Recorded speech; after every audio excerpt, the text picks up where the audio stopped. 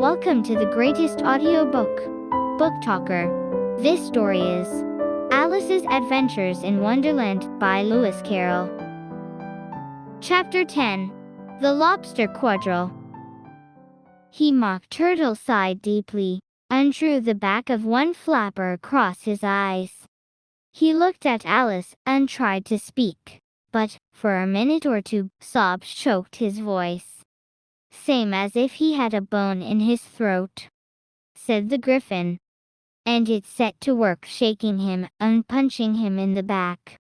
At last the Mock Turtle recovered his voice, and, with tears running down his cheeks, went on again. "You may not have lived much under the sea." "I haven't," said Alice. "And perhaps you were never even introduced to a lobster." Alice began to say, "I once tasted," but checked herself hastily and said, "No, never." "So you can have no idea what a delightful thing a lobster quadrille is." "No, indeed," said Alice. "What sort of a dance is it?" "Why," said the Gryphon, "you first form into a line along the seashore." "Two lines," cried the Mock Turtle. "Seals, turtles, and so on. Then, when you've cleared the jellyfish out of the way." "That generally takes some time," interrupted the Gryphon. "You advance twice, each with a lobster as a partner," cried the Gryphon. "Of course," the Mock Turtle said. "Advance twice, set to partners. Change lobsters, and retire in same order," continued the Gryphon. "Then, you know," the Mock Turtle went on, "you throw the lobsters," shouted the Gryphon, with a bound into the air, "as far out to sea as you can." "Swim after them," screamed the Gryphon. "Turn a somersault in the sea," cried the Mock Turtle, capering wildly about. "Change lobsters again," yelled the Gryphon. "Back to land again, and—" "That's all the first figure," said the Mock Turtle, suddenly dropping his voice. And the two creatures, who had been jumping about like mad things all this time, sat down again very sadly and quietly, and looked at Alice. "It must be a very pretty dance," said Alice timidly. "Would you like to see a little of it?" said the Mock Turtle. "Very much indeed," said Alice. "Come, let's try the first figure," said the Mock Turtle to the Gryphon. "We can do it without lobsters, you know." "Which shall sing?" "Oh, you sing," said the Gryphon. "I've forgotten the words." So they began solemnly dancing round and round Alice, every now and then treading on her toes, when they passed too close, and waving their forepaws to mark the time, while the Mock Turtle sang this, very slowly and sadly. "Will you walk a little faster?" said a whiting to a snail. "There's a porpoise close behind us, and he's treading on my tail. See how eagerly the lobsters and the turtles all advance. They are waiting on the shingle. Will you come and join the dance? Will you, won't you, will you, won't you, will you join the dance? Will you, won't you, will you, won't you join the dance?" You can really have no notion how delightful it will be when they take us up and throw us, with the lobsters, out to sea. But the snail replied, "Too far, and gave a look askance. Said he thanked the whiting kindly, but he would not join the dance. Would not, could not, would not, could not, would not join the dance. Would not, could not, would not, could not join the dance. What matters it how far we go?" His scaly friend replied, "There is another shore, you know, upon the other side. The further off from England the nearer is, to France." Then turn not pale, beloved snail, but come and join the dance. Will you, won't you, will you, won't you join the dance? Will you, won't you, will you, won't you join the dance? Thank you, it's a very interesting dance to watch, said Alice, feeling very glad that it was over at last. And I do so like that curious song about the whiting. Oh, as to the whiting, said the Mock Turtle, you've seen them, of course. Yes, said Alice. I've often seen them at Din. She checked herself hastily. I don't know where Din may be, said the Mock Turtle. But if you've seen them so often, of course you know what they're like. I believe so, Alice replied thoughtfully. They have their tails in their mouths. And they're all over crumbs. You're wrong about the crumbs, said the Mock Turtle. Crumbs would all wash off in the sea, but they have their tails in their mouths. And the reason is...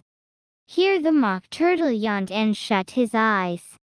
Tell her about the reason, and all that, he said to the Griffin. The reason is, said the Griffin, that they would go with the lobsters to the dance. So they got thrown out to sea. So they had to fall a long way. So they got their tails fast in their mouths.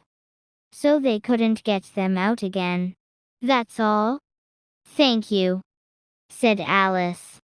It's very interesting. I never knew so much about a whiting before. I can tell you more than that, if you like, said the Griffin. Do you know why it's called a whiting? I never thought about it, said Alice. Why? It does the boots and shoes, the Griffin replied very solemnly. Alice was thoroughly puzzled. Does the boots and shoes? She repeated in a wondering tone. Why, what are your shoes done with? Said the Griffin. I mean, what makes them so shiny? Alice looked down at them and considered a little before she gave her answer. They're done with blacking, I believe. Boots and shoes under the sea, the Griffin went on in a deep voice, are done with whiting. Now you know. And what are they made of? Alice asked in a tone of great curiosity. Soles and eels, of course, the Griffin replied rather impatiently. Any shrimp could have told you that. If I'd been the whiting, said Alice, whose thoughts were still running on the song. I'd have said to the porpoise, keep back, please. We don't want you with us. They were obliged to have him with them. The Mock Turtle said. No wise fish would go anywhere without a porpoise. Wouldn't it really? Said Alice in a tone of great surprise. Of course not, said the Mock Turtle. Why, if a fish came to me and told me he was going a journey, I should say, with what purpose? Don't you mean purpose? Said Alice. I mean what I say, the Mock Turtle replied in an offended tone. And the Griffin added, Come, let's hear some of your adventures. I could tell you my adventures, beginning from this morning, said Alice a little timidly. But it's no use going back to yesterday, because I was a different person then. Explain all that, said the Mock Turtle. No, no. The adventures first, said the Griffin in an impatient tone. Explanations take such a dreadful time. So Alice began telling them her adventures from the time when she first saw the White Rabbit.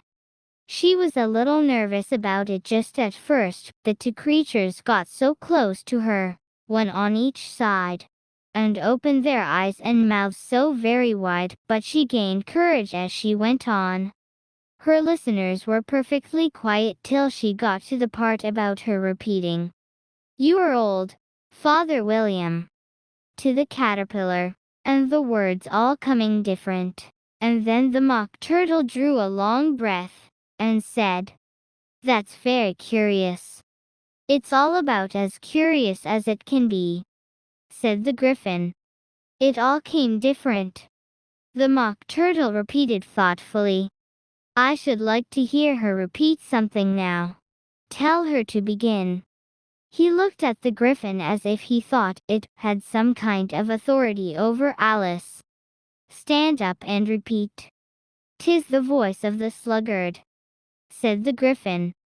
"How the creatures order one about, and make one repeat lessons," thought Alice. "I might as well be at school at once." However, she got up, and began to repeat it, but her head was so full of the Lobster quadrille that she hardly knew what she was saying, and the words came very queer indeed. "'Tis the voice of the Lobster," I heard him declare. "You have baked me to brown, I must sugar my hair." As a duck with its eyelids, so he with his nose trims his belt and his buttons, and turns out his toes. When the sands are all dry, he's gay as a lark, and will talk in contemptuous tones of the shark. But when the tide rises and sharks are around, his voice has a timid and tremulous sound. "That's different from what I used to say when I was a child," said the Gryphon. "Well, I never heard it before," said the Mock Turtle. "But it sounds uncommon nonsense." Alice said nothing. She had sat down with her face in her hands, wondering if anything would ever happen in a natural way again. "I should like to have it explained," said the Mock Turtle. "She can't explain it," hastily said the Gryphon. "Go on with the next verse." "But about his toes," the Mock Turtle persisted. "How could he turn them out with his nose, you know? It's the first position in dancing," Alice said, but was dreadfully puzzled by the whole thing, and longed to change the subject. "Go on with the next verse," the Gryphon repeated. "It begins, 'I passed by his garden.'" Alice did not dare to disobey, though she felt sure it would all come wrong, and she went on in a trembling voice, "I passed by his garden, and marked, with one eye, how the owl and the panther were sharing a pie. The panther took pie crust, and gravy, and meat, while the owl had the dish as its share of the treat. When the pie was all finished, the owl, as a boon, was kindly permitted to pocket the spoon, while the panther received knife and fork with a growl, and concluded the banquet by, 'What is the use of repeating all that stuff?'" The Mock Turtle interrupted, "If you don't explain it as you go on, it's by far the most confusing thing I ever heard." "Yes, I think you'd better leave off," said the Gryphon, and Alice was only too glad to do so. "Shall we try another figure of the Lobster quadrille?" the Gryphon went on. "Or would you like the Mock Turtle to sing you another song?" "Oh, a song, please, if the Mock Turtle would be so kind," Alice replied, so eagerly that the Gryphon said, in a rather offended tone, "No accounting for tastes. Sing her turtle soup, will you, old fellow?" The Mock Turtle sighed deeply, and began, in a voice choked with sobs, to sing this beautiful soup, so rich and green, waiting in a hot tureen. Who for such dainties would not stoop? Soup of the evening, beautiful soup. Soup of the evening, beautiful soup. Beautiful soup. Beautiful soup. Soup of the evening. Beautiful, beautiful soup. Beautiful soup. Who cares for fish, game, or any other dish?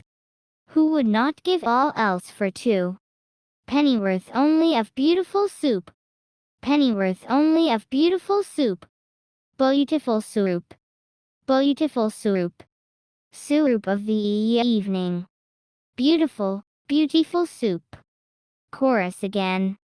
Cried the Griffin, and the Mock Turtle had just begun to repeat it, when a cry of "The trial's beginning" was heard in the distance.